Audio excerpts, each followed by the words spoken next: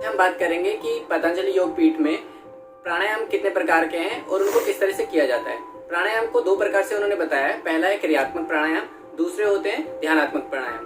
पहले जो क्रियात्मक प्राणायाम है वो 4 प्रकार के होते हैं, जिसमें आपका आता है भस्त्रिका, कपालभाति, बाह्य प्राणायाम और उज्जयी प्राणायाम। तो सबसे पहले बात करेंगे भस्त्रिका प्राणायाम किस तरह से किया जाता है और उसके क्या लाभ होते हैं।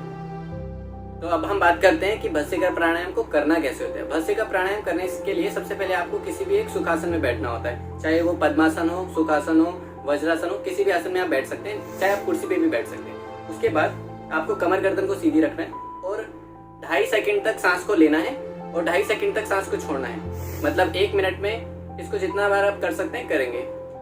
लंबा गहरा सांस लीजिए।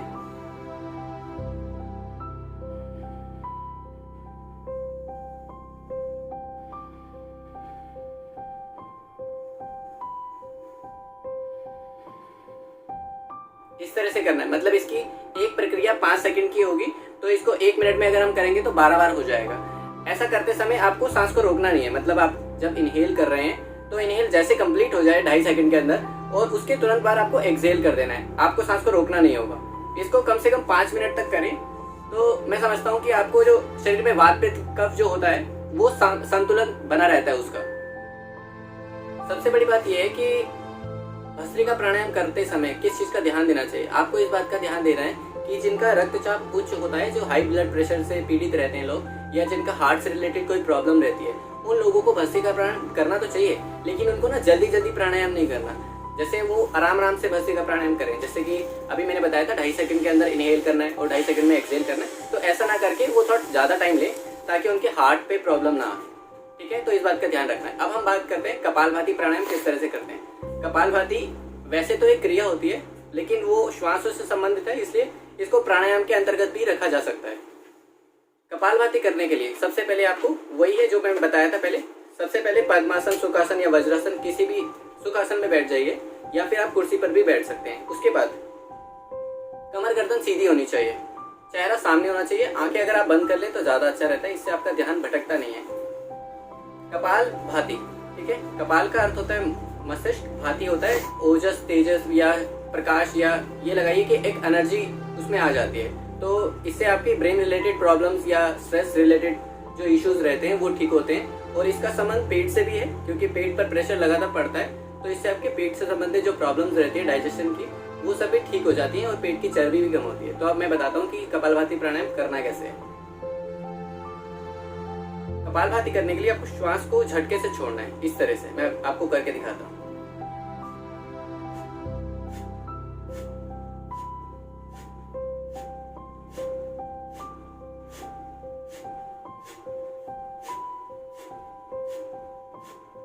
ऐसा करते समय आपको, जैसे 1 मिनट में 60 सेकंड है, तो आप लगातार 60 सेकंड तक भी कर सकते हैं। इसको कम से कम 50 से 60 सेकंड करिए, कम से कम करना है।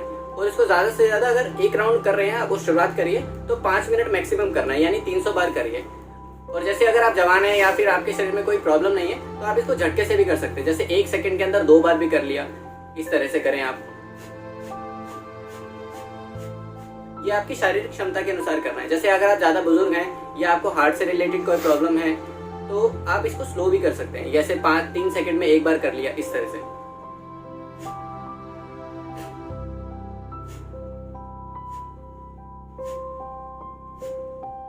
मतलब आप देख रहे हैं ना कि मतलब इसमें आपको अपने शरीर के हिसाब से करना है प्राणायाम को।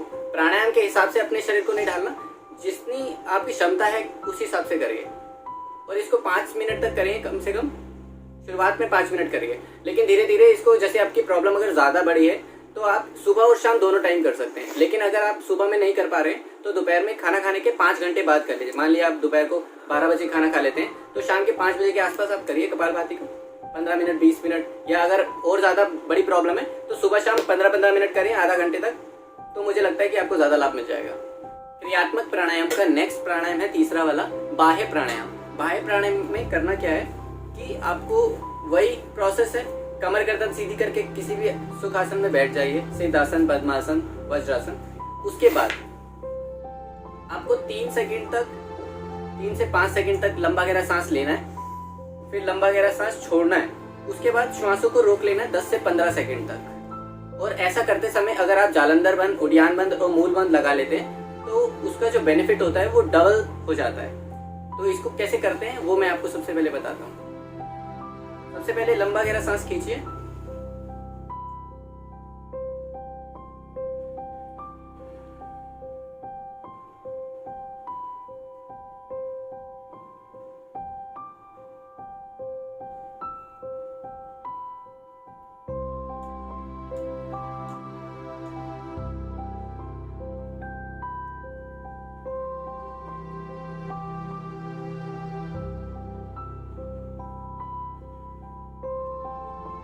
फिर दोबारा इनहेल 3 सेकंड से 5 सेकंड तक, फिर छोड़िए। अब जालंधर बंद, उड़ियान बंद और मूल बंद लगाइए।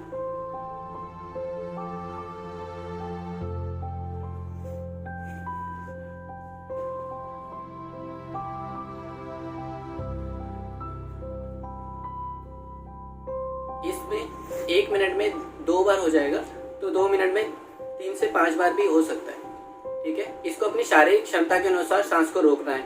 ऐसा नहीं कि आपको 15 सेकंड बोला है तो 15 सेकंड ही कर रहा है। अगर आपसे ज़्यादा देर नहीं रोका जाता, लंग्स में अगर ज़्यादा कैपेसिटी नहीं है रोकने की, तो आप इसको 10 सेकंड भी रोक सकते हैं, 7 सेकंड भी रोक सकते हैं, या अगर आपको लगता है कि आप ज़्यादा सेकंड भी रोक सकते हैं तो अपनी क्षमता के अनुसार ही इसको करिएगा। बाह्य प्राणायाम करने के क्या फायदे होते हैं और क्या सावधानियां हमको रखनी चाहिए, इस बात का बहुत ज़रूरी ध्यान रखना है। तो सबसे पहले इसके फायदे बताता हूँ। बाह्य प्राणायाम करने से मन की चंचलता दूर होती है, ठीक है, जठराग्नि प्रदीप्त होती है और आपकी बुद्धि तेज हो जाती है। ठीक है, इसके साथ ही पेट से रिलेटेड, जैसे अगर पेट में थोड़ा कमजोरी महसूस होती है या पेट के जो आसपास ऑर्गन है अगर उनमें थोड़ा दर्द का अनुभव भी होने लगता है शुरुआत में, अगर वो पार्ट वीक होता है तो उसमें घबराना नहीं होता है, आपको इसका नियमित अभ्यास करना होता है। इसका कोई भी नुकसान नहीं है इस भी प्राणायाम के। और इसके बाद अब हम बात करेंगे उज्जयी प्राणायाम कैसे किया जाता है, उसके क्या लाभ होते हैं और उसकी क्या सावधानियां हमें रखनी चाहिए। उज्जयी प्राणायाम करने के लिए सबसे पहले आपको किसी भी आसन में बैठ जाना है। उसके बाद कमर गर्दन सीधी हो, चेहरा सामने हो और आपको श्वास दोनों नासिकाओं से भरना है और इस तरह से भरना है कि आपके जो श्वास का जो स्पर्श है वो आपको गले में होता है और उस स्पर्श से जो आवाज आती है, जैसे खराटे लेने की आवाज आती है, उसी तरह की आवाज आपको अनुभव होगी। तो आइए शुरू करते हैं।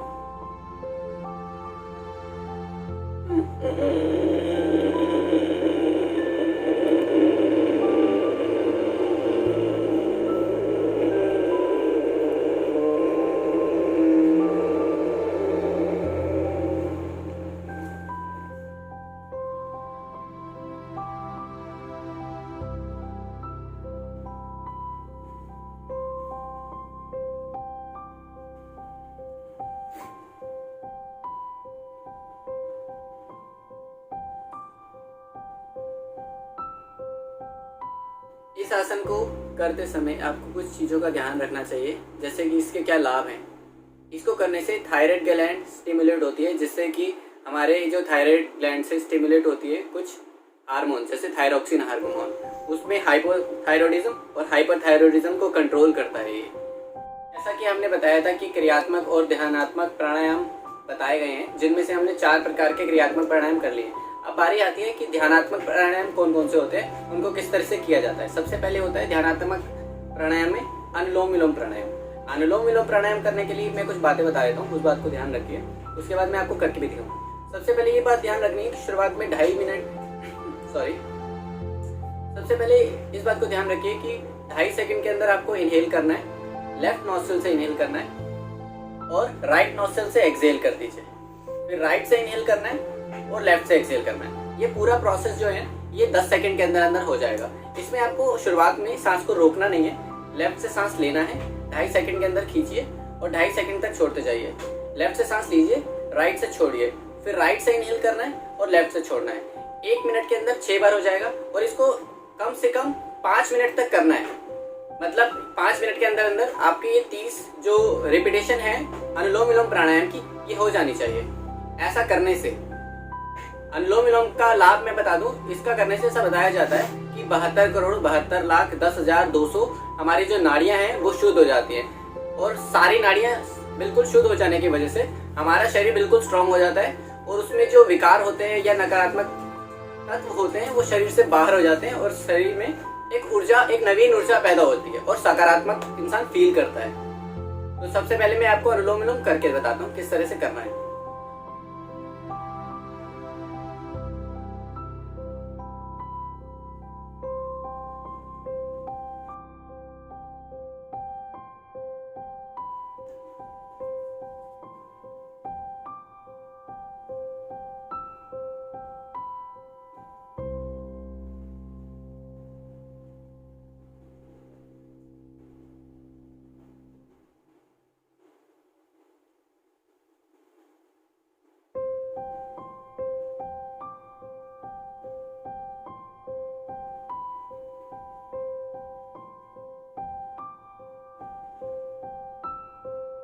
अनुलोम विलोम प्राणायाम के बाद जो ध्यानात्मक दूसरा प्राणायाम है उसका नाम है भ्रामरी प्राणायाम। भ्रामरी प्राणायाम कैसे करना है, उसके क्या लाभ है और क्या सावधानियां हमें रखनी चाहिए, इस बात का मैं आपको बताऊंगा।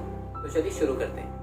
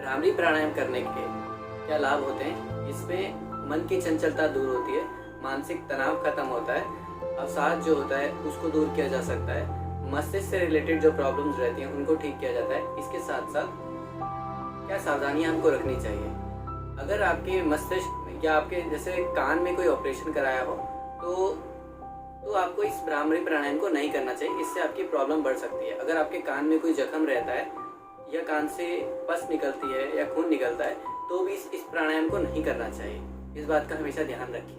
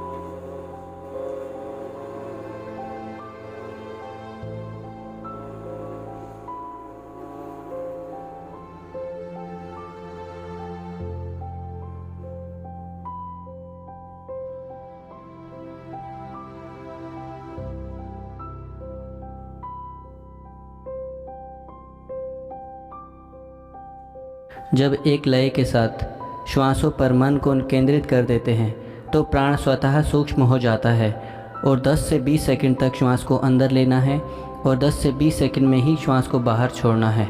यह पूरी तरह ध्यानात्मक प्राणायाम है। प्रत्येक व्यक्ति को 3 से 5 मिनट तक प्रतिदिन अवश्य करना चाहिए।